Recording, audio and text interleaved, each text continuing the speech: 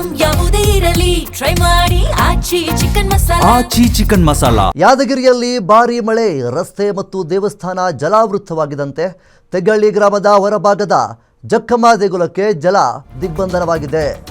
ಯಾದಗಿರಿ ಜಿಲ್ಲೆಯ ಹುಣಸಗಿ ತಾಲೂಕಿನ ತೆಗ್ಗಳ್ಳಿ ಗ್ರಾಮ.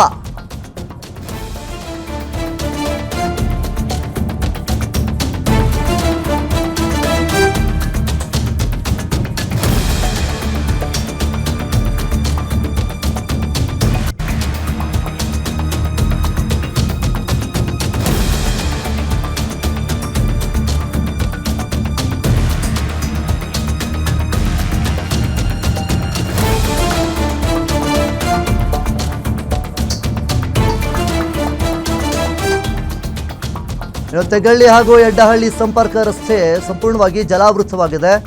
ಉಕ್ಕೇರಿದಂತಹ ಹಳ್ಳ, ನೀರಿನ ರಭಸಕ್ಕೆ ಕೊಚ್ಚಿ ಹೋಗಿರುವಂತಹ IP ಸೆಟ್ಗಳು.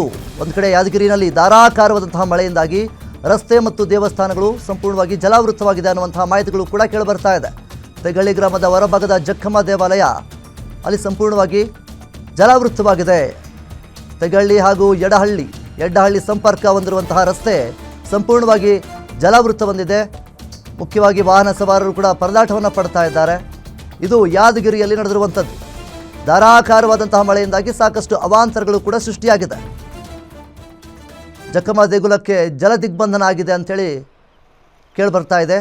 ಮುಖ್ಯವಾಗಿ ನೀವು ದೃಶ್ಯಾವಳಿಗಳಲ್ಲಿ ಗಮನಿಸ್ತಾ ಇದ್ದೀರಾ ಯಾವ ರೀತಿ ಧಾರಾಕಾರವಾದಂತಹ ಮಳೆಯಿಂದಾಗಿ ಪರಿಸ್ಥಿತಿ ನಿರ್ಮಾಣವಾಗಿದೆ ಅನ್ನೋದನ್ನು. ಒಂದು ಕಡೆ ನೀರಿನ ರಭಸಕ್ಕೆ IP ಸೆಟ್ಗಳು ಕೊಚ್ಚಿ ಹೋಗಿದೆ.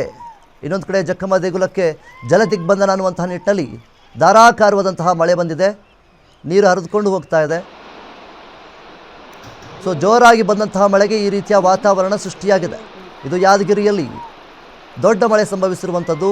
ರಸ್ತೆ ಮತ್ತು ದೇವಸ್ಥಾನ ಸಂಪೂರ್ಣವಾಗಿ ಜಲಾವೃತವಾಗಿದೆ.